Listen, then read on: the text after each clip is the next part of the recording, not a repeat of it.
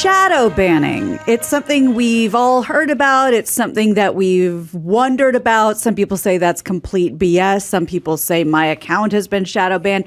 Well, we're actually able to get a little more light now on what it is and if it's been happening. There's been a lot of debate about it, but since Elon Musk tweeted that he's working on a software update that'll show your true account status so you know clearly if you've been shadow banned and what the reason is and how to appeal, that's happening now. How do we know? Well, the internal documents that they're calling the Twitter files were shared with journalist Barry Weiss, who then shared them to the public. As for the bombshell aspect of this news, and I'll have an example for you, Weiss shared that in her Twitter thread, quote, a new Twitter files investigation reveals that teams of Twitter employees build blacklists, preventing disfavored tweets from trending, and actively limit the visibility of entire accounts or even trending topics, all in secret without informing users. And a big example they used was a man, a Stanford University professor of medicine, Dr. Jay Bhattacharya. I hope I'm saying that right. He was reportedly one of the many platforms blacklisted, according to Weiss. He was secretly blacklisted, apparently, because he argued that COVID lockdowns would harm children and thus unable to trend on Twitter. And this was all reported on the thread. Which proved to be true, by the way. Right. Yeah. Weiss then recalled, they all, this was all denied, by the way. I hear half the people call her Barry Weiss and the other half call her Bari Weiss. Is it Bari? I have no fucking idea because we won't agree on what her first name is. It's spelled B-A-R-I. I thought it was Barry Weiss. I've probably known her for 4 or 5 years. It was Barry Weiss, but then I hear Bari Weiss. But that Bari Weiss could be a teleprompter snafu because sometimes when you're just reading it, you'll phonetic it out. All right, so Jay is a very mild-mannered. You see the guy, you see him get interviewed. He's very pleasant, he's very mild-mannered. Not a bombastic shit starter. No, but he was part of the Great Barrington Declaration, and that put a target on him and everyone with that information. So the first things I have to say, for the people that are blacklisting people, knock yourself out. Do not give me any more speeches about McCarthyism. Just shut the fuck up. Yep. The people who are most incensed about McCarthyism and never shut up about the evils of McCarthyism are all down with the blacklisting. 100%. Mm-hmm. If you're a fucking doctor and you say, I don't think shutting down schools, you're going on a list. That's how they roll. So just spare me your fucking speeches about McCarthyism, number one. Number two, this is scary because we're kind of in a new world order, and now it is pronounced Barry, according to Chris, but I've still heard Bari from many people. You now must find your own information. If somebody gets shut down, you should think, why? Right. And what are they saying? And I'd like to hear what they have to say. Now, it's a normal thing, and it's going to happen, and it has to happen, which is Twitter. Elon put a graph up. It's kind of funny. Or maybe it was Netflix. Netflix, Twitter, they're very progressive. And the people who work for them, they have graphs are like Netflix, 99.6 of people who donated to political causes went to Democratic causes. They're overwhelmingly Democratic. Well, in a world where nobody can keep their shit to themselves, how long could you be this partisan and then go, hey, that's Jay Bhattacharya, he has the right to say whatever he wants to say. You can't do that anymore. Everyone's intervening. So if there's a company that's overwhelmingly Democratic, and for some reason COVID turned into, well, the Republicans want to open the schools, well, the Democrats don't. Sure. Well, then you have to protect your side. And that's where you start deplatforming and shadow banning and all that. And then guys that are very high esteem, held in high regard doctors at Stanford are now get labeled as kooks on the internet. And then we shut this. Then the policy follows because we got the LA Times on board and we got the New York Times on board. And then CNN just follows along. And then they go, we got to shut those schools. And then the kids get fucked up. And here we are. That's how the game is played. Well, the good news is, at least as of today, the New York Times isn't doing a whole lot except picketing.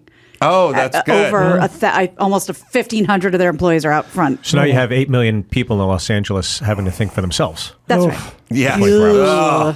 So they've done it. They do it to conservatives because they're progressive and they can't keep their fingers off the scale, which is gonna happen. I mean, it's an impossibility. But their perspective, like you hear it constantly from social media and the media, is that this is misinformation, right? That would have been considered misinformation. So flagged. So they're the purveyors of misinformation. No, saying they're shadow banning would have been misinformation. Sure, too. Yeah. Like come on, you're paranoid or whatever. It's basically the umpire for the game has 3 of his kids on one team, and we go, and he's going, I'm just calling balls and strikes. It's like your son was out by country mile sliding into home plate. Like, hey, this is not a conspiracy theory. I'm just telling you, I'm calling balls and strikes. Well, they're not. But and if you keep arguing with me, you can get the fuck out. I don't know why we ever expected them to. The next one will come. The next part. So my whole thing with people is just stop saying you're calling balls and strikes. Just go, look, we're partisan. This is how we vote. This is who we want in office. We want to help Joe Biden. We're going to suppress the Hunter Biden laptop story because we want Joe Biden to win. Sure. But they can't say that, and neither can the 51 former FBI experts who all signed the declaration saying it's happening, it's going on, understand it, everybody. It's been going on for a long time. My Twitter, whatever, I gained 35,000 followers as soon as Elon, or maybe it's like 135,000. I got to figure that one out. I noticed a huge jump. My number stayed the same for 3 years, just 3 years. It'd be like 726,000 followers. And then the next day it'd be 25,000 followers. And then it'd hop up. It literally just stayed flatline 3 years. He got in, added 35,000 immediately, and tweets, nothing burger tweets, not particularly funny or interesting, just, fuck you and your mask and your COVID. All of a sudden, 2 million versus 62,000. That I buy. It popped. Yeah. And most, I buy that. Most people who are sort of on the anti-COVID lockdown side of the aisle, they have all said big gains in activity on their Twitter. So I don't think I'm being shadow banned, but they were tamping down anything that went against whatever Fauci and the CDC and the WHO, whatever came out of their mouth. It was now Twitter's job to go ahead and they got their marching orders. And the next foot that's going to drop is FBI and what they were doing in government. Now it's going to go from what was the government telling Twitter, and we don't even know Facebook and all these other platforms. But it's all going to come down. But will it ever get the coverage? That's no, because this is a huge story. This Twitter, it's a massive leading story. our news. Yes, you have to find it. But here's what I tell Dr. Drew all the time, because Dr. Drew will go, this is a big story. How come it's not CNN, it's not New York Times, it's not LA Times, like zero MSNBC? It's zero coverage. Why not? It's a big story. I said, they would be reporting on themselves, Drew. Sure. They're not covering it, not because they hate Elon Musk or they hate Dr. J or Bhattacharya, but just leave it at J. It's not that. They have sat there for 3 years telling us what they said, and they were wrong. So you're going to ask CNN to report on themselves. Essentially, to retract, and they're not going to do it. the last 3 years. Yeah. Sure. So now it's this bizarre world where even when the stuff is uncovered, it doesn't get any mainstream traction because it's kind of interesting. It's sort of like, well, you guys just got caught with your hands in the cookie jar. Right. Yeah, but what if no one says anything about it? Then nobody's going to know, and then we can just keep going on. So the first part is oh, you guys are paranoid and nuts. This isn't happening. Second part is now we got the receipts. It was happening, and they're going, well, we're not going to talk about it. And that's why the Merriam-Webster word of the year is gaslighting. That's right. All I'm saying to you people, have multiple sources. Look at people, and if somebody gets pulled off for something, you want to invest. If Alex Berenson gets canceled by Twitter, you should want to hear what Alex Berenson has to say. Yeah. Well, just on a side note with Elon Musk and Twitter, talk about cleaning things up. He said he's going to delete 1.5 billion Twitter accounts, basically dormant accounts. Bad news for you, buddy. To free up usernames and current users. He also said he'd add a feature that would allow Twitter users to see the number of people that read or interact with their tweets. So a lot of people have just been, sitting on names and stuff, and he just wants to clear it out a little bit. Oh, we got the chart. Okay. And Elon put this up yesterday. This is employee donations to midterm candidates by party. Elon wrote something funny on it, but I can't remember what he wrote. So it's this crazy chart. Netflix is 99.6 Wow. Democrat. Right. So here's my whole point. So when, somebody conservative shows up there and goes, hey, why don't you guys buy my special? Like, we'll ask around the office. Twitter's 98.7, Airbnb's 97.8. So they're all in the high 90s. Everyone's Still. very progressive. Not to be lost in here. Good on Elon for including Tesla in this chart. Right. And Tesla is what, 93? Am I reading that right? Yeah, 94 basically. And his caption was, while subtle, if you look closely at this chart, you might notice a slight bias. He's got a punch-up rider.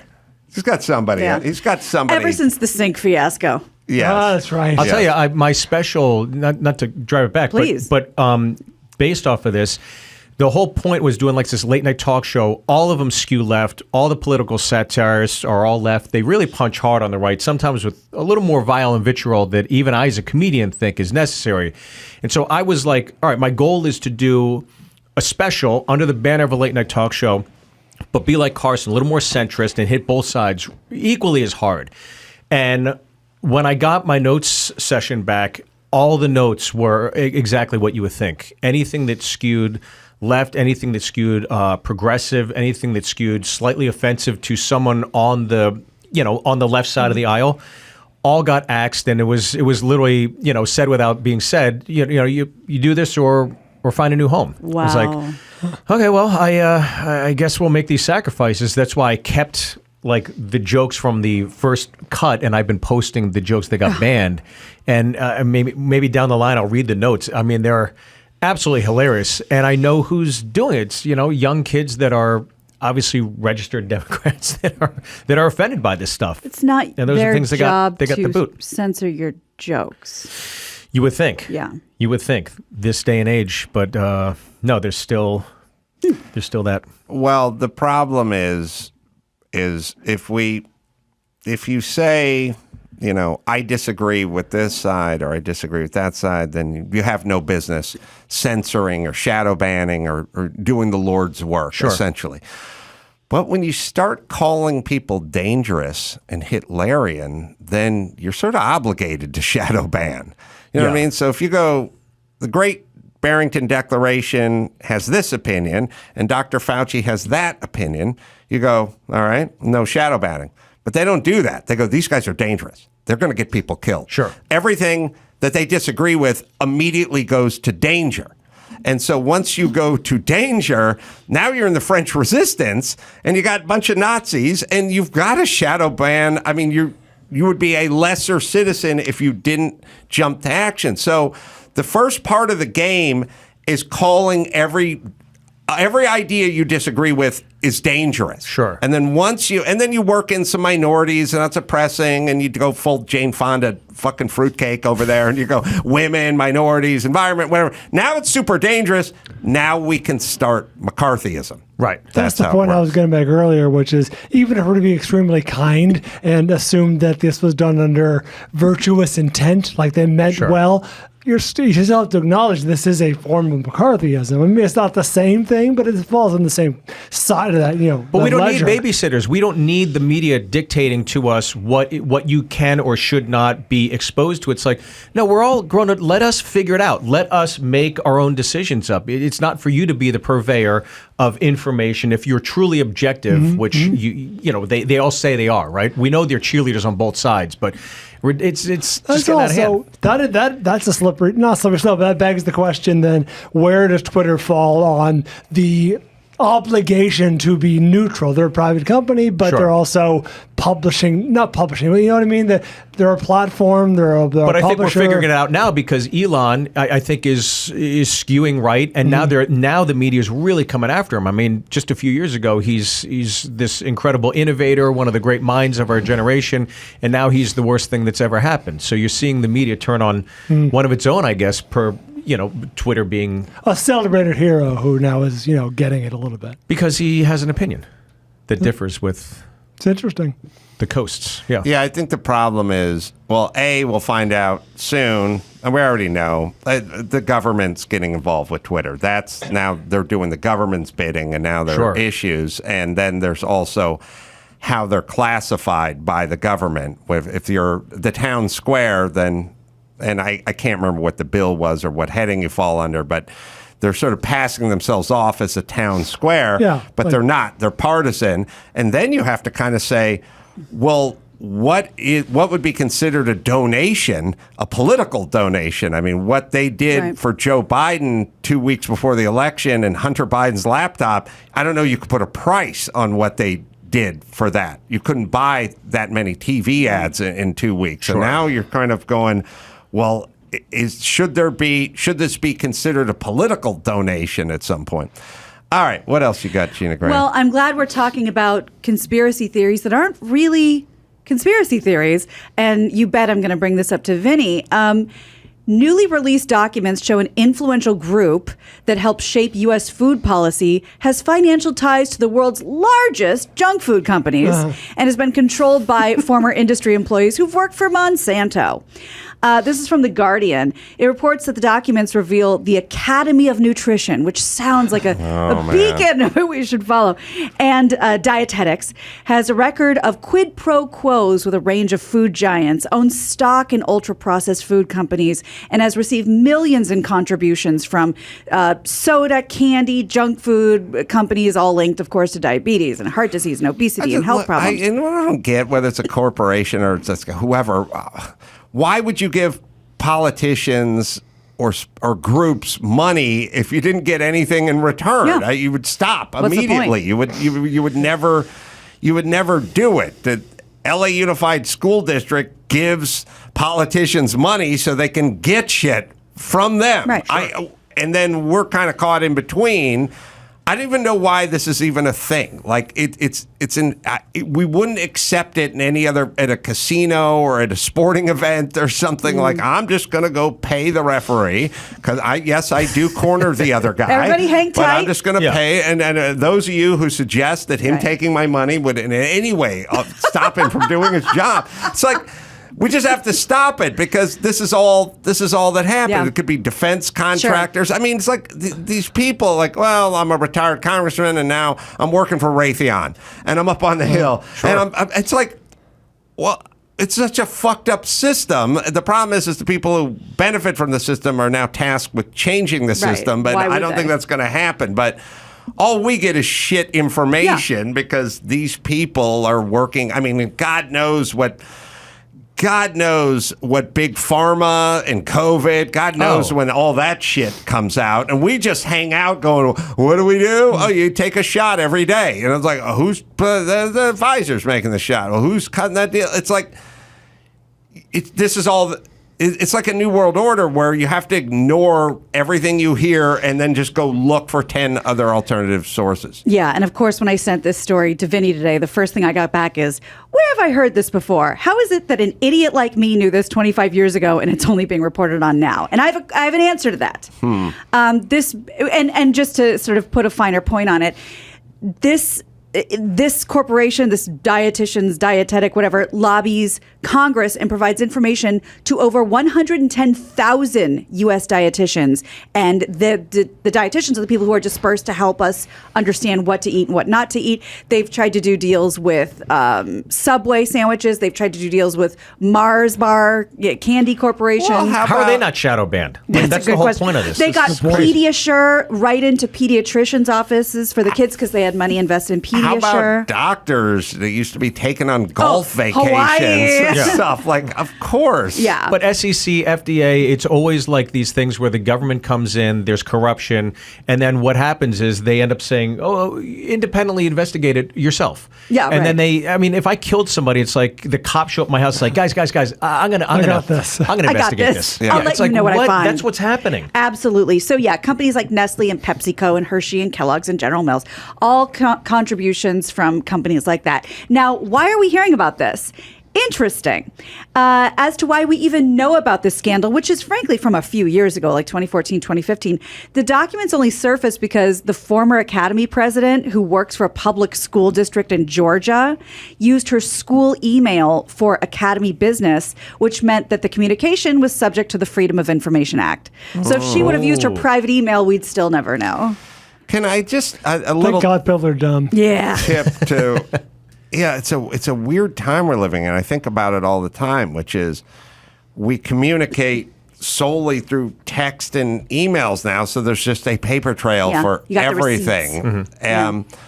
But I would say just if people want to eat healthier and in general avoid this stuff, just stay away from all the super big brands. Like, I mean, there's McDonald's. Okay, we get it. They're big, but like, when you go in and they go, we got the best foods mayonnaise and the squeeze whatever, like all the big kind of jumbo-y stuff, you go with shit that's in glass and you go with names you've never heard of, you will go 44% better on your diet that day. Just don't buy it if it's in plastic. Don't buy it if it's squeezable. Don't buy it. Just get shit in glass and have it be Mama Leone's applesauce or whatever. Just some shit you've never heard before. Mama Leone. Don't get the big stuff. Yeah. There's the big stuff. I'll give you a heart attack. That's right. Mama Leone's on the yeah. I'll give you a heart attack. And I'll tell you why. Because when you were doing 2 billion units a quarter, if you can shave a little bit, you save a penny and a half per unit from switching from this oil to safflower oil or whatever, you will do it. Of course. And so all the big mass production stuff, all the big unit stuff is always going to be the cheapest and the worst that can possibly put in it. And I don't get it. Like, I get Kraft mac and cheese kind of has its own flavor, but I just don't get the people who go right. Yes. It'd be like, I'm a Chevy man. I drive a Chevy. I drive an Astro van. You know, it's like, why? There's a whole bunch of other cars out there, and some are a lot smaller companies, but they make a really good product. Like, I like Chevy. I don't know what that. I like Skippy. What that is. Yeah. It's a good example. Why would you willingly, dogmatically attach yourself to this thing that is inferior when, in fact, there is a world of peanut butters? Go to Whole Foods or Sprouts. Because it's cheaper. I talk to people who especially right now. They literally, the Jif or the Peter Pan or Skippy, it comes in the plastic thing. It's got all the solids in it to stop it from separating. Shelf It's got all the stabilizers. oils and the sugars and stuff. And I tell you, I talk to people and they go, it's peanut butter. I go, I know, but it's got a bunch of other shit in it. It's not just peanut butter. But it's peanut butter. They're like, it's Yes and no.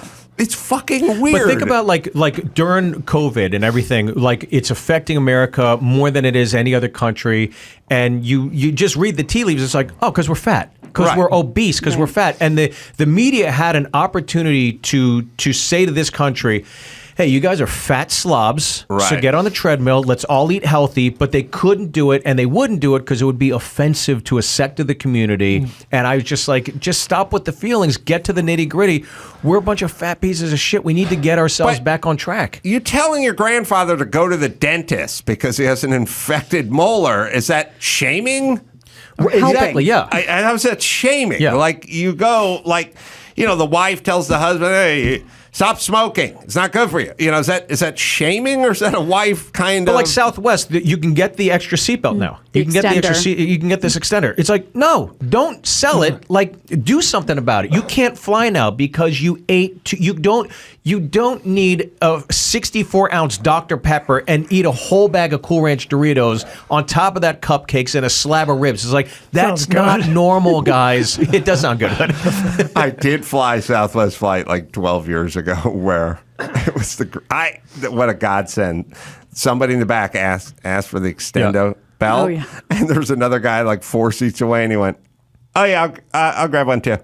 And I thought, this is the greatest because it's got to be the most shaming ever is the first. Yeah. You know what I mean? Yeah. Like the first. Yeah. The other guy, the other fat slob, treated it like he wasn't going to do it. But it's that thing where since you're back there, you want seconds, but you don't want to say anything. Right. But then someone else at the table goes in, you go, oh yeah, if we're up, yeah, I'll go ahead and have that. You know, but you're not the guilty party in this one. Yeah. He literally, it was like an afterthought where he was just like, oh yeah. If you're at the fat guy closet, yeah, just grab me a second one. I come with an invention, which is fat guys should travel with a belt that's a seat extender when they travel.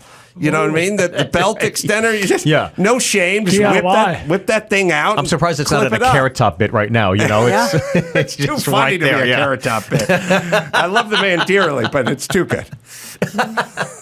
I'm a big fan, but it's too good. Yeah, it's too good. It's too clever. He does Baby on Board. Right, it's a board with a baby on it. I do the travel belt. The actual, this could make this a myth. could work. Yeah. It lives in some realm of possibilities. He doesn't. You could be on Shark Tank. That's right. Yeah. Mm-hmm. Yeah. Could be. Sorry. When you're talking about the squeezable mayonnaise and stuff, I know exactly when things change. Not talking about ketchup because that's whatever. When the squeezable, I want to say the mid-90s, when the squeezable jelly came out and we'd never seen anything like that, that's when everything I changed. agree. And it's so counterintuitive to me, whether it's, peanut butter, mayonnaise, or sauce, or jellies, or whatever. It just... I just go, like, why would you get shit in plastic that's just been sitting somewhere for a long time? It doesn't bump most people. It always bumped me. And I felt the same way about drinking out of paper cups and stuff. Like, I want a beer in a mug that's made of glass that's cold. Like, it's so much more enjoyable to me. There was Chris, you got to look it up, and I could be screwing up the name. Gina's going to know the name Kugel. Because of her tribe. I do the vaginal exercises every day. That's right. Kugel. Kugel. I think they called it Kugel, and it was peanut butter and jelly in one jar. Oh, yeah, we talked about this. One plastic jar. And then the most disgusting name ever, the one that was sort of the Smucker's version, was Goober. Goober jelly, peanut butter and jelly striped in the jar. Oh, yeah, the stripes. Yeah, disgusting. Yeah, after one usage, it's all maybe up. Kugel was Goober. Maybe I'm thinking of Goober and Kugel. Also, I don't know who they're marketing this to. Like, look, I don't have time to make a peanut butter and jelly sandwich. Good news. Like, I just have minutes before I have to run out the door. Kugel was artificially flavored chocolate peanut butter spread. Oh, so Not it was peanut jelly butter. And peanut, But did it have the stripes? I'm not seeing stripes. It's cinnamon. Oh, yeah. Kugel. Chocolate. Yeah. Vanilla.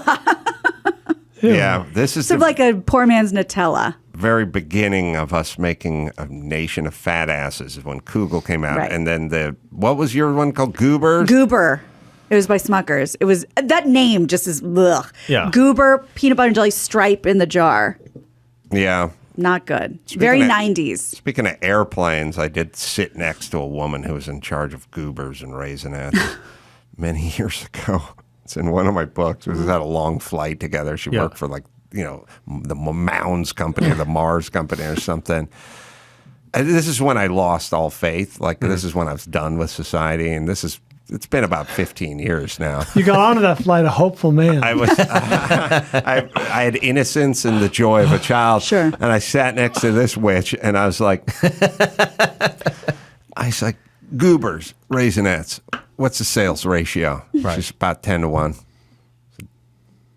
Raisinets? Right. Yeah, they outsell Goobers 10 to 1. Really? I said, Goobers are so much better. Yeah. She's like, people like Raisinets. I said, it's the name. It's the name. Goober sounds like a racist mechanic. Raisinets sounds noble. Right. You know what I mean? It almost sounds healthy. French. Chocolate-covered raisins are okay. I'll file them under okay. But better way to eat chocolate-covered raisins. peanuts are far superior. She said 10-1. Wow. I said, we got to change the name. She said, we're not doing it. So we got 5.5 hours. I'm going to Change sleep. your mind. Leave me alone. I was disheartened that people bought it. They could be swayed based on the name. That is such a Larry David conversation. Yeah. Well, do you remember Google created its audio music streaming service? It lasted for like a week. I had it. It was great. Do you remember? It was called the Google Jukebox, but they shortened it, and it was called. I'm not joking. Gook. It's called Gookbox. No, I didn't have Did they that. not run this by anybody? I'm going to backpedal here. Yeah, and you would think in the tech world, there's like got to be an Asian in the room. Like, guys, shut up, Francis serious? Wong. But we should launch this, guys. I didn't know that.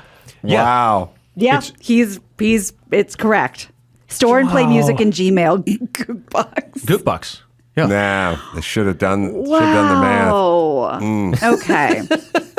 Just wanted to mention this since we had brought it up another day. We talked about the killing robots in San Francisco, which is a little disingenuous, but basically sending in robots that can, check for bombs and be armed so humans don't have to do it. That's been scrapped. Oh, yeah, people didn't like the optics. There was a lot of pushback. City supervisors voted to approve the plan to allow the use of armed robots in extreme circumstances.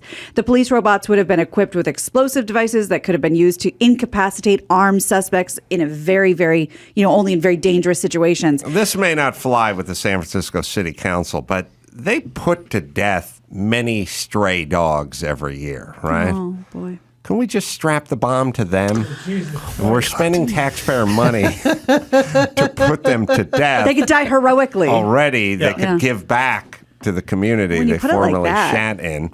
And we just hook them up. Two You know what birds. I mean? Yeah. All we do is take a jerky treat and throw it at the crazed guys waving the knife Right. around, and they just run after it, and we detonate them. That's a good point. I thought I was going to be against it, but you might have swayed me. Well, they were going to be put to death. They're going either way. Do you Yeah. want to die like a hero Yeah. or like a coward? Now, in the movie, in the movie of it, the salty cop who gets assigned the death row dog befriends it. Yeah. A relationship forms, and then the call goes out. We need to blow up the dog. And this guy risks his own life. Like, that's in the movie. It's a Project X situation. Right. In the movie version of That's it. good. Yeah. Badge comes off, Chief. Right across the table. Yeah. So, the board said the people of San Francisco have spoken loud and clear. There's no place for killer police robots in our city. We should be working on ways to decrease the use of force by local law enforcement, not giving them new tools to kill people. Does Kimmel's stuff up on the internet? Because I made a movie trailer called Bomb Squad, and I used to do these fake movie trailers at Kimmel's. Jesus Christ, it's been 20 years. What the hell's going on out there, people? I mean, this would have been 2003 or 4 or something like that. I used to make me and Bill Simmons sit around and write all these things, and one of the premises I had was a bomb squad, which was there was a cop, and he had his partner, and they're in the bomb squad, and his partner was blown up, and he basically blames himself because he fucked up or he cut the wrong wire or whatever it is, and his best buddy and partner were blown up. So then they got the bomb robot, but the bomb robot had artificial intelligence. And since this guy was the most senior guy in the bomb squad, the guy got blown up, they downloaded this robot with like artificial intelligence, and then they became a cop robot buddy thing. Sure. But of course, the robot was wisecracking. You know, he tried to eat a hot dog. Do you know what's in that hot dog? You know what I mean? Like all that, trying to set him up with the ladies. But I don't know if that exists anywhere. Chris is shaking So it. deep pull. They take off a lot of stuff on the internet, Shaking especially the his- old stuff. But Even the gems. even the chat. What was I it? can What see was him- it called? I think it was just called Bomb Squad. We did Bomb Squad. We did the To Hell and Back, where I went to hell, and Yeah. you know We've seen that, or we did. at least talked I about think it. we did Rave Doctor, where he was his kid OD'd on ecstasy, and he was a physician, like a highly sought after Beverly Hills physician, a plastic surgeon. But after his teenage daughter OD'd on ecstasy, he volunteered at the raves, because raves would have like a doctor, like an ER, because people were like stroking out and stuff. He became the rave doctor and followed the raves around the country, trying to find the dealer who killed his daughter. Oof. You'd get real close. You know, it was like what they would do in The Incredible Hulk or something, or Kung Fu or something. He'd see the guy, and he'd into the bathroom, and the window's open. He'd jump out the window. Next episode. But Rave Doctor was pretty powerful. You should talk to Brian Grazer.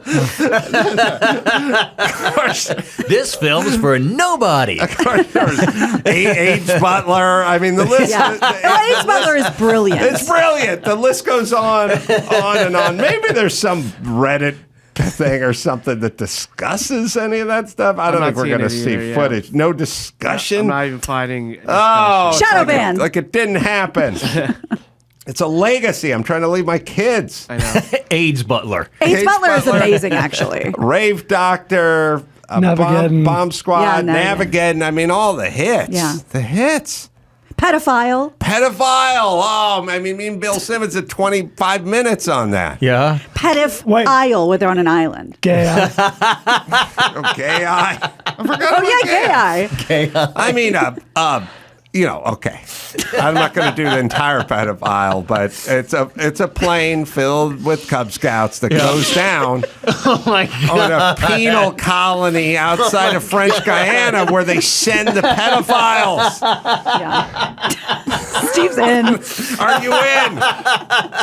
That is absolutely fucking hilarious. I would watch that. The Boy Scouts versus the pedophile. Yeah. Steve, you're looking for a follow-up to the opening act. Oh, I mean, that is...